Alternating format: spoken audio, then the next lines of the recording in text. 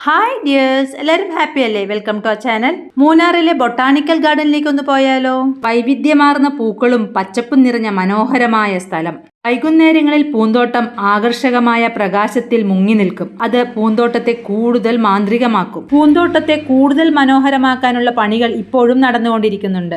നന്നായി പരിപാലിക്കുന്ന നടപ്പാതകളും വിവരഫലകങ്ങളും ഉദ്യാനത്തെ കൂടുതൽ മനോഹരമാക്കുന്നുണ്ട്. അങ്ങിങ്ങായി മൃഗങ്ങളുടെ പ്രതിമകൾ, പൂക്കളാൽ പൊതിഞ്ഞ അലങ്കാര റെയിലിംഗുകൾ എന്നിവ പ്രധാന ആകർഷണങ്ങളാണ്. കൂടാതെ വിവിധ ഫോട്ടോ പോയിന്റുകളിൽ അതിശയിപ്പിക്കുന്ന ഫോട്ടോസും എടുക്കാം. പൂന്തോട്ടത്തിന്റെ ഭംഗി വർദ്ധിപ്പിക്കുന്ന ലൈറ്റിംഗ് അലങ്കാരങ്ങൾ ആസ്വദിക്കാൻ സൂര്യാസ്തമയ സമയത്ത് പോകുന്നതാണ് ഉത്തമം. ഇരുട്ടു വീണു തുടങ്ങുന്നതേയുള്ളൂ, എങ്കിലും ഉദ്യാനം ലൈറ്റുകളാൽ അലങ്കൃതമാണ്. പ്രകൃതി പ്രേമികളും മനസ്സിന് ശാന്തിയും പുതുമയും തേടുന്നവരും തീർച്ചയായും സന്ദർശിക്കേണ്ട ഒരിടമാണ് മൂന്നാറിലെ ബൊട്ടാണിക്കൽ ഗാർഡൻ. മഴ പെയ്തു തുടങ്ങി. അത് ഉദ്യാനത്തെ കുറച്ചുകൂടി മനോഹരമാക്കി. സംഗീത ജലധാര പോലുള്ള ആകർഷണങ്ങളുണ്ടിവിടെ. ഇത്തിരി മഴയെല്ലാം നനഞ്ഞ് ഓടി വണ്ടിയിൽ കയറി റൂമെത്തി. എല്ലാവരും ഒന്ന് ഫ്രഷായി ഒന്നിച്ചിരുന്ന് അത്താഴം കഴിച്ചു.